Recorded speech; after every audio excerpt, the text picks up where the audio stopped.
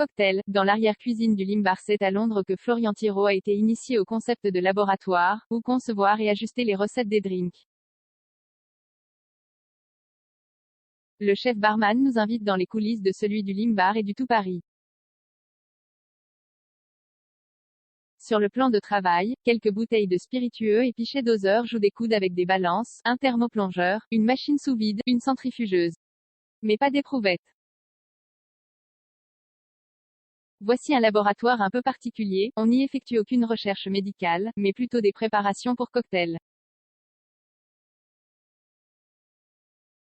Non loin de là, sur la paillasse immaculée, un étrange classeur bleu, ce sont toutes nos recettes, raconte Florian Thiraud, blouse blanche de chimiste sur le dos. Tout y est répertorié noir sur blanc, matériel, ingrédients, grammage, procédés, etc.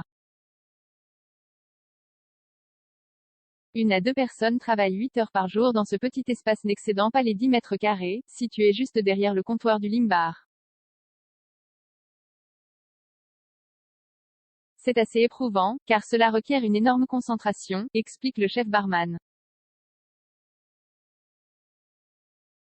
On ne peut pas enchaîner sur un service au bar le soir. La veille, il a préparé un cordial, préparation sucrée et non alcoolisée, proche d'un sirop, passion aloe vera, un cordial safran, une teinture de piment habanero, un café cold brew, infusé à froid, des agrumes clarifiés.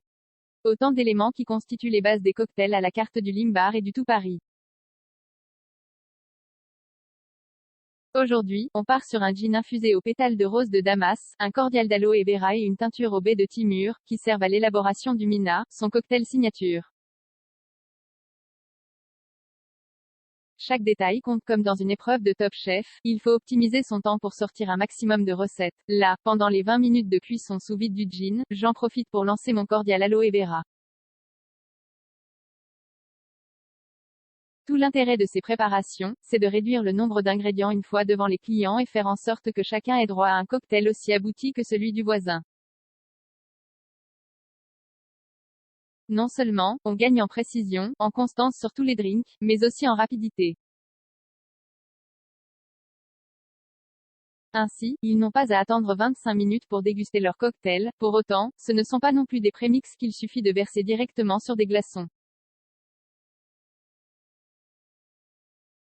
Il y a aussi un travail derrière le bar. Justement, les barman se relaient pour travailler dans le laboratoire. Chacun se sent hyper investi, se réjouit Florian Thiraud qui a été initié à cette vision du bar lorsqu'il travaillait à Londres aux côtés de Tony Conigliaro, pionnier du genre avec sa Drink Factory. Quand on voit le nombre de barman aujourd'hui qui ne savent pas faire un sirop de grenadine ou d'orgeat, c'est effarant. Avoir une telle formation en laboratoire, c'est essentiel pour le bar à cocktail de demain. Pour l'heure, cela reste assez peu répandu en France, bien moins que dans les établissements anglo-saxons, où l'on fait également de la recherche et développement pour ajuster des recettes déjà existantes. 21,01%.